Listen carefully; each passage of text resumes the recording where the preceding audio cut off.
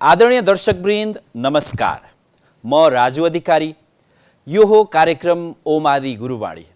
परम पूज्य बालयोगी आदित्यज्यूले अभिव्यक्त गर्नुभएका विचार, भाव र ज्ञानहरूलाई समेटेर हामी यस कार्यक्रममा प्रस्तुत हुने गर्दछौँ। तपाईँ हाम्रो जीवनमा शब्दको ठुलो महत्त्व छ। अर्थात् अक्षरले शब्द बन्छ, शब्दले अर्थ जन्मन्छ अनि अर्थले सम्बन्धहरू गाँसिन्छन्। अर्थले नै जीवनलाई सार्थकता दिन्छ। जहाँ अर्थ हुँदैन त्यहाँ अनर्थ हुन्छ। अर्थात् अनर्थबाट बच्नका लागि शब्द शक्ति चाहिन्छ। शब्दलाई नाद भनिन्छ, नाद वै ब्रह्म पनि भनिन्छ। अर्थात् नाद नै, ध्वनि नै, शब्द नै ब्रह्म पनि हो भन्ने हो भने, हाम्रा शास्त्रहरूलाई केलाउने हो भने ब्रह्म भनेको शब्द हो, अर्थात् शब्द भनेको ब्रह्म हो। परम पूज्य बालयोगी आदित्यज्यूले प्रकट गर्नुभएका यी विचारहरू पनि ब्रह्म शक्ति तुल्य छन्। जसरी सत्पुरुष, महापुरुष, योगर्षि, ब्रह्मर्षि, राजर्षि, तपस्वीहरूले अभिव्यक्त गरेका विचार र निष्कर्षहरू शास्त्र बन्छन्, महापुरुषहरूले अभिव्यक्त गरेका, प्रकट गरेका विचारहरू पनि हाम्रा मार्गदर्शक ज्ञान अर्थात् शास्त्र बन्छन्। परम पूज्य बालयोगी आदित्यज्यूले यस युगका लागि, वर्तमान समयका लागि अत्यन्तै उपयोगी हुने किसिमका, सबैलाई दैनिक जीवन व्यवहारमा काम लाग्ने प्रकृतिका ज्ञानहरू पस्कने गर्नुहुन्छ। आदरणीय दर्शकवृन्द, आउनुहोस् आज हामी परम पूज्य बालयोगी आदित्यज्यूले प्रकट गर्नुभएका केही मिश्रित गुरुवाणीलाई लिएर चर्चा गर्नेछौँ। यो पहिलो गुरुवाणी। तिम्रो धर्म, कर्तव्य, मान, सम्मान, इज्जत, प्रतिष्ठाका लागि हाम्रो मूल्य मूल्यहीन लाग्छ, तर समय परिवर्तनशील छ। हामी अपरिहार्य लाग्न थाल्दा हामी धरतीमा नभई मात्र आकाशमा भेटिनेछौँ। तपाईँ हाम्रो जीवनमा एउटा सम्बन्धको ठुलो घेरा हुन्छ। परिवारमा सम्बन्ध, समाजमा सम्बन्ध, नाता, कुटुम्बी, आफन्त, अपनत्व, जुन सम्बन्ध दिगो हुन्छ त्यसले मिठास दिन्छ, आनन्द दिन्छ, सार्थकता दिन्छ, जीवनलाई अर्थ र परिभाषा दिन्छ। परम पूज्य बालयोगी आदित्यज्यूले प्रस्तुत गुरुवाणीमा भन्नुभएको छ, अर्थात् लेख्नुभएको छ कि जुन दिन तिमी र हाम्रो सम्बन्ध सार्थक लाग्न थाल्छ, हामी बीचको सम्बन्धको महत्त्व बुझ्न थालिन्छ, त्यो दिन हामी यो धरतीमा रहने छैनौँ। यदि बुझ्ने हो भने अहिल्यै बुझ। हो, तपाईँ हामीले समयमा सम्बन्धको महत्त्व बुझेनौँ भने त्यो बेला खुस्किएपछि, अर्थात् लगन सकिएपछि खास सिन्दुरको पोतेको काम नभए जस्तै, या साइत खुस्किएपछि कुनै समय बिन्दुको अर्थ नभए जस्तै, तपाईँ हाम्रो जीवनमा जुन उपस्थिति हुन्छ सम्बन्धको, त्यसको लाभ लिन सकिएन भने त्यो बेला सकिएपछिको लाभ हामीले आनन्ददायक तरिकाले लिन सक्दैनौँ। हो, पूज्य बालयोगीले यही कुरा हामीलाई सम्झाउनु भएको छ। तिम्रो धर्मका कारण, कर्तव्यका कारण, मान, सम्मान, इज्जत, प्रतिष्ठाका कारण अहिले मलाई हेरेर त्यो महत्त्व नदिन सक्छौ, तर जुन दिन महत्त्व दिने दिन आउँछ, जुन दिन हाम्रो सम्बन्धलाई बोध गर्ने बेला आउँछ, अर्थात् अपरिहार्य हुन्छ, जरुरी हुन्छ, कहीँ पोखौँ, कहीँ मेरो कुरा राखौँ, कहीँ मन हल्का बनाऊँ, कहीँ आध्यात्मिक रसपान गरौँ भन्ने जब भोग जाग्छ, त्यो बेला हामी धरतीमा हुँदैनौँ अनि त्यो आकाश शून्यतामा हामी भेटिनेछौँ। हाम्रा जीवनमा यस्ता धेरै हुन्छन्। खास गरी हामी मान्छेहरूलाई मृत्युपछि सम्मान गर्छौँ, अर्थात् श्राद्ध, तर्पण, खिर, पिण्ड खुवाउँछौँ, तर जीवित हुँदा के त्यस्तै मान सम्मान सत्कार गर्छौँ? घरकै कुरा गर्ने हो भने आफ्ना बाआमालाई हामी बाँचुन्जेल जति प्रेम दिन्छौँ, त्योभन्दा बढी मृत्युपछि त्यो श्राद्ध, तर्पण, विभिन्न दानका तरिकाले र विभिन्न उहाँहरूको नाममा हामी स्मारक बनाएर चौतारा, पोखरी, कुवा खनाएर हामी याद गर्छौँ। तर के जीवित हुँदै ती घरभित्रका ईश्वर मातापितालाई हामी त्यत्तिकै मान गर्छौँ? यसर्थ पूज्य बालयोगी आदित्यज्यूले प्रकट गर्नुभएको भर्खरै वाचन गरिएको गुरुवाणीले भने जस्तै तपाईँ हाम्रो सम्बन्ध, नातालाई सार्थकतापूर्ण लाभ लिने हो भने बेलैमा यो सम्बन्धको महत्त्व बुझ्नुपर्छ। आदरणीय दर्शकवृन्द, आउनुहोस् अर्को एउटा गुरुवाणी श्रवण गरौँ। मेरा अनेक स्वरूप र चरित्र छन्, मेरो स्वभाव हेरेर छक्क नपर्नुहोला। म यस्तो समुद्र हुँ जसले मलाई बिर्सिनु या गाली गर्नु या मेरो वचन र शब्दलाई हावामै उडाउनु, तर पनि मैले दिने र गर्ने प्रेम कहिल्यै परिवर्तन हुन्न। भर्खरै वाचन गरिएको गुरुवाणी लेखन हुँदै गर्दा म प्रस्तुतकर्ता स्वयं उपस्थित थिएँ र मेरो दोस्रो भेटमा मेरै निमित्त लेखिदिनु भएको यो वाक्य हो। यो वाक्य पढिसकेपछि दिनभरि म निस्तब्ध रहेँ, म केही बोल्न सकिनँ। यो कति महान शब्द थियो।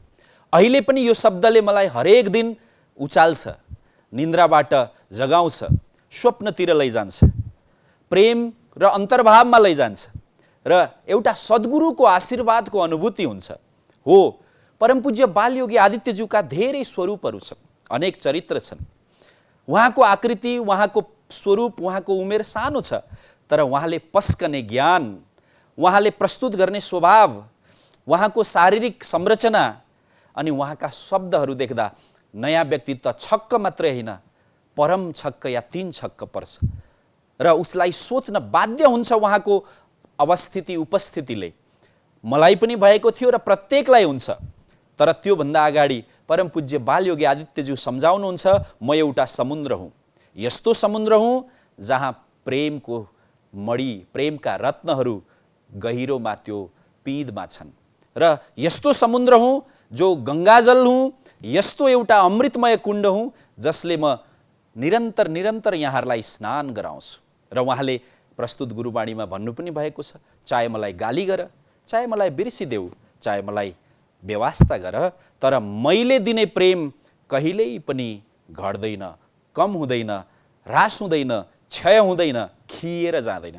आदरणीय दर्शकवृन्द, तपाईँ हाम्रा सम्बन्धहरूलाई हेरौँ। हाम्रा सम्बन्ध सुरुमा मिठा हुन्छन्, अपनत्व बढी हुन्छ, अनि नजिक हुँदै जाँदा फेरि उत्कर्षमा पुग्छ, अनि बिस्तारै बिस्तारै खिँदै खिँदै कतिपय अवस्थामा त सम्बन्ध सकिएर पनि जान्छ। हाम्रो घरभित्रकै सम्बन्ध पनि नवविवाहित दाम्पत्यमा जुन स्नेह प्रेम हुन्छ, क्रमशः गृहस्थीको गाडी अगाडि बढ्दै गर्दा त्यो प्रेम खिँदै खिँदै जान्छ। पछि त कर्मकाण्ड मात्र बन्छ, प्रेमको नाममा एक बाध्यता मात्र बन्न जान्छ। सबैको त त्यस्तो हुँदैन, तर अधिकांशको त्यस्तो भएको देखिन्छ। तर महापुरुषहरू, सत्पुरुषहरू आफ्नो प्रेमको प्रवाहलाई, प्रेमको गङ्गालाई, प्रेमको कुण्डलाई कहिल्यै पनि सुक्न दिँदैन। म हर हमेसा यो गुरुवाणी पढिसकेपछि भावविह्वल हुने गर्छु। म यहाँहरूलाई पनि अपिल गर्छु, प्रेमको कुण्डमा सधैँ स्नान गर्न सकौँ, त्यसले हामीलाई सदा प्रसन्न आनन्दित राख्छ। आदरणीय दर्शकवृन्द, आउनुहोस् परमपूज्य बालयोगी आदित्यज्यूले आफ्ना लागि र आफ्ना शुभचिन्तकहरूका लागि अभिव्यक्त गर्नुभएको अर्को एउटा गुरुवाणी श्रवण गरौँ। बाँचुन्जेल दुःख कष्ट पीडा लिने काम मेरो, त्यसको बदला अदृश्य प्रेमको कोपिला जीवित राख्ने काम हजुरको। तपाईँ हामी जब कष्टमा हुन्छौँ, समस्यामा हुन्छौँ, अप्ठ्यारोमा हुन्छौँ, त्यो दशामा यदि कसैले म तिम्रो पछाडि छु, तिम्रा लागि म के गर्नु पर्यो सबै थोक गर्न तयार छु भनिदियो भने हामीलाई ठुलो आश्रय, ठुलो प्रेम, छत्रछाया, आशीर्वाद मिले जस्तो लाग्छ। वास्तवमा सत्पुरुष र महापुरुषहरूले सबैलाई त्यसै भन्ने गर्नुहुन्छ र उहाँहरूको व्यवहारमा त्यो स्पष्ट देखिन्छ पनि। हामी पूज्य बालयोगी आदित्यज्यूको स्वभावमा, व्यवहारमा, अभिव्यक्तिमा, शब्दमा, उहाँका आशीर्वचनहरूमा स्पष्ट देख्न सक्छौँ। उहाँले भन्नुभएको छ, सबै पीडा म लिन्छु, त्यसको बदला तिमीले केवल प्रेम देऊ। अर्थात् प्रेम मलाई होइन, प्रेम जसलाई दिनुपर्ने हो त्यसलाई विशुद्ध प्रेम देऊ। तिमी एउटा विवाहित हो भने असल विवाहित बन, तिमी एउटा व्यापारी हो भने सदाचारयुक्त व्यापारी बन, एउटा कर्मचारी हो भने एउटा कुशल प्रशासक बन, एउटा किसान हो भने कर्तव्यशील भएर आफ्नो कर्तव्य गर। हो, यही हो प्रेम। आफ्नो स्वधर्म र स्वकर्तव्यमा निरन्तर श्रद्धा, निष्ठा, समर्पण र प्रसन्नता, खुसीपूर्वक हामी जुन काम गर्छौँ त्यो नै प्रेम हो। वास्तवमा शास्त्रहरू उठाएर हेर्ने हो भने प्रेमको परिभाषा के हो भने हामी निरन्तर नजिक गइसकेपछि, सान्निध्यतामा गइसकेपछि आत्माबाट उठ्ने तरङ्ग र प्रकाश नै प्रेम हो। मुखबाट प्रेम शब्द मात्र निस्किन्छ, वास्तविक प्रेमको स्रोत मुख होइन र मन मस्तिष्क पनि होइन, त्यो आत्माबाटै निस्किन्छ। त पूज्य बालयोगी आदित्यज्यूले अपिल गर्नुभएको छ, तिमी प्रेमको कोपिलालाई जीवित राख र विस्तारै पल्लवित, पुष्पित गर्दै फक्राउँदै लैजाऊ। बाँकी तिम्रो पीडा म लिन्छु, लिने गर्छु। आदरणीय दर्शकवृन्द, यो गुरुवाणी बुझ्नलाई अलिक जटिल छ, तर गहिरिएर बुझ्ने हो भने भर्खरै तुरुन्तै तपाईँ हाम्रो तनाव, कुण्ठा, निराशालाई हटाइदिन्छ र खुसी र आनन्द दिन्छ। आउनुहोस् अर्को एउटा गुरुवाणी श्रवण गरौँ।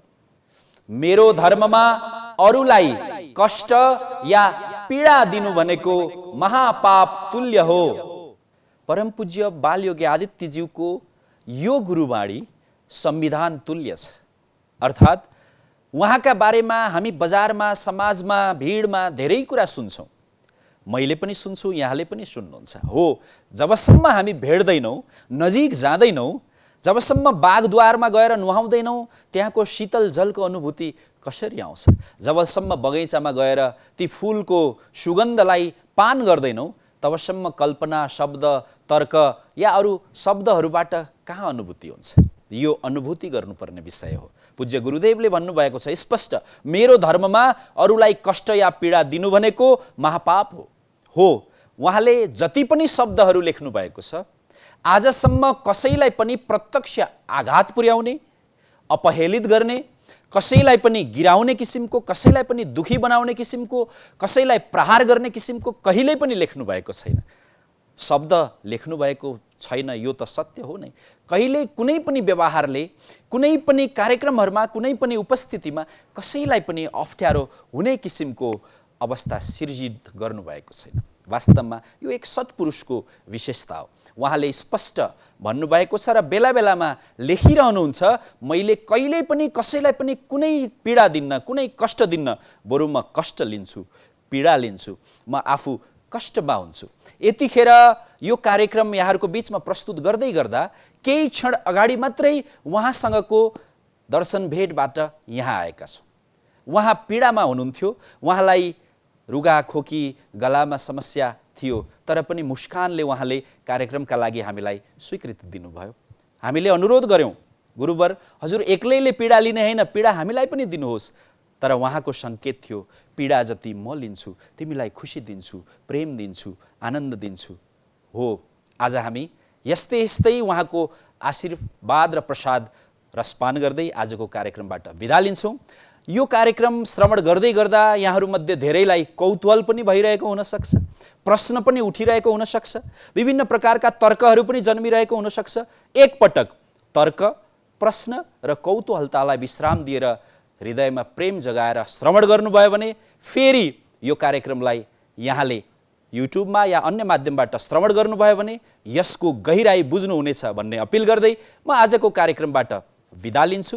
बिदा लिनुभन्दा अगाडि सदाझैँ हामी एकजना गुरुभक्त, गुरु शिष्यको अनुभूतिलाई जोड्दै आएका छौँ। आउनुहोस् आज पनि एकजना गुरुभक्तको आवाजलाई र अनुभूतिलाई सुन्नेछौँ।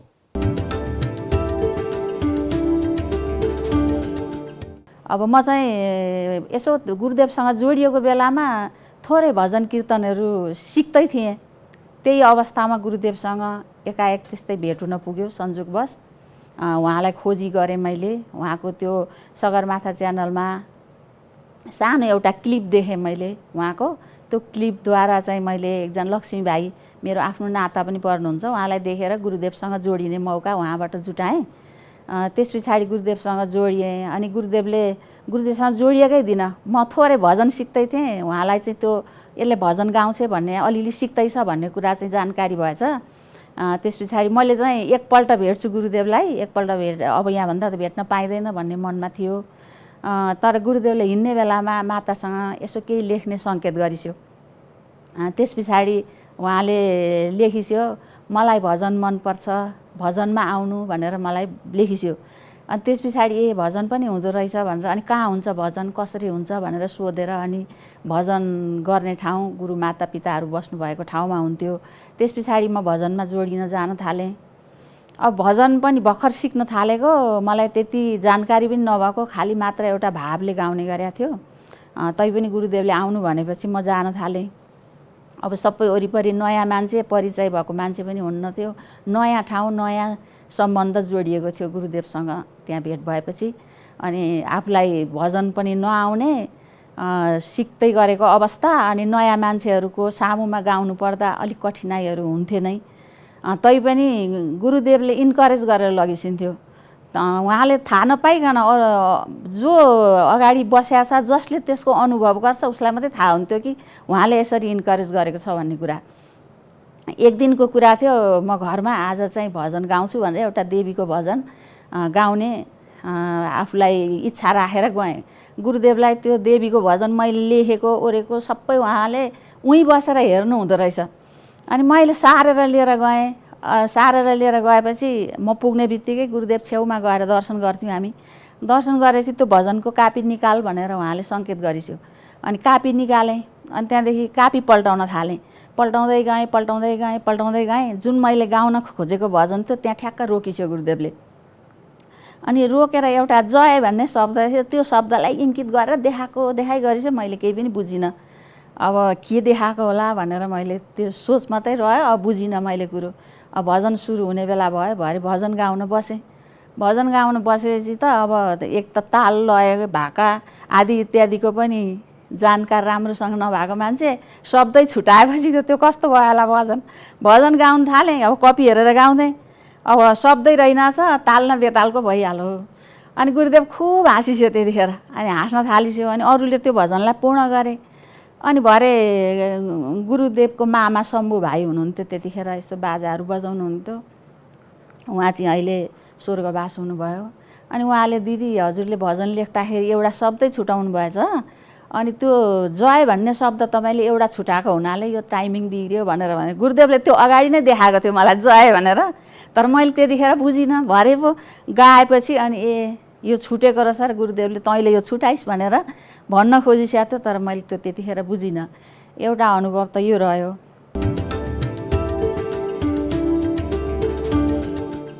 कार्यक्रमको अन्तमा हामीले एक गुरुभक्तको अनुभूतिलाई श्रवण गऱ्यौँ।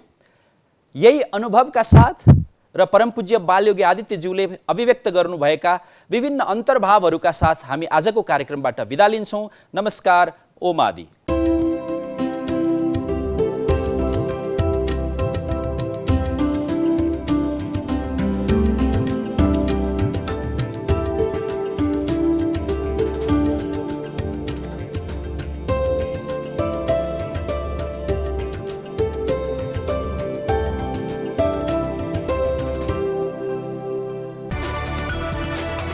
It's an AP1 presentation.